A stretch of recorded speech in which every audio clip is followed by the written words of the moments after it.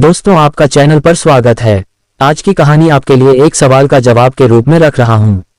आशा करता हूं आपको बेहद पसंद आएगा। आगे कहानी प्रस्तुत है।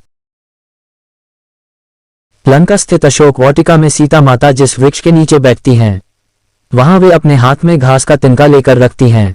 जब भी रावण वहां आता है, सीता उस तिनके को उठा लेती हैं।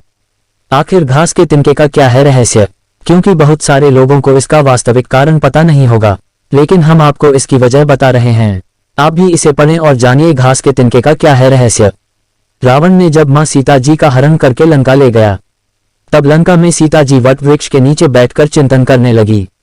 रावण बार बार आकर मां सीता जी को धमकाता था, लेकिन मां सीता जी कुछ नहीं बोलती थी। यहाँ तक कि रावण ने श्री राम जी के वेशभूषा में आकर मां सीता जी को भ्रमित करने की भी कोशिश की, लेकिन फिर भी सफल नहीं हुआ। रावण थक हार कर जब अपने शयन कक्ष में गया तो मंदोदरी ने उससे कहा, आप तो राम का वेश धर कर गए थे, फिर क्या हुआ? रावण बोला, जब मैं राम का रूप लेकर सीता के समक्ष गया तो सीता मुझे नजर ही नहीं आ रही थी।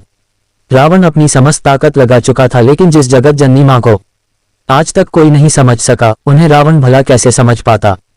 रावण एक बार फिर आया और बोला, मैं तुमसे सीधे सीधे संवाद करता हूं, लेकिन तुम कैसी नारी हो कि मेरे आते ही घास का तिनका उठाकर उसे ही घूर घूर कर देखने लगती हो। क्या घास का तिनका तुम्हें राम से भी ज्यादा प्यारा है? रावण के इस प्रश्न को सुनकर मां सीता जी बिल्कुल चुप हो गई और उनकी आंखों से आंसुओं की धार बहने लगी।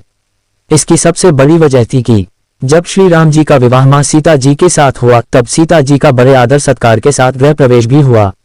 बहुत उत्सव मनाया गया। प्रथानुसार नववधू विवाह पश्चात जब ससुराल आती है तो उसके हाथ से कुछ मीठा पकवान बनवाया जाता है, ताकि जीवन भर घर में मिठास बनी रहे।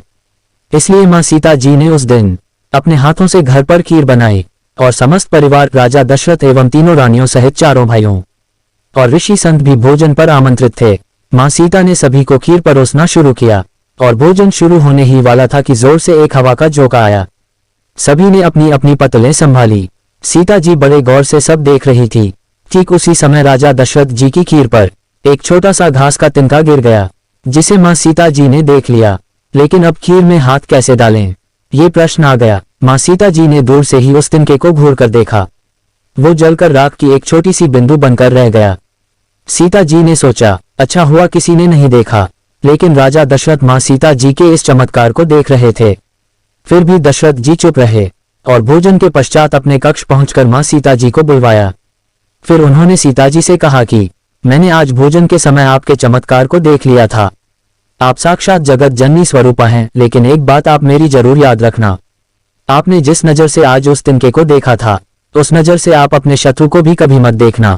इसीलिए मां सीता जी के सामने जब भी रावण आता था तो वो उस घास के तिनके को उठाकर राजा दशरथ जी की बात याद कर लेती थी।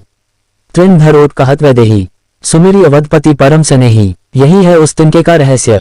इसलिए माता सीता जी चाहती तो रावण को उस जगह पर ही राख कर सकती थी, लेकिन राजा दशरथ जी को दिए वचन एवं भगवान श्री राम को रावण वध का श्रेय दिलाने हेतु वो शांत रही। ऐसी विशाल हृदया थी हमारी जानकी माता।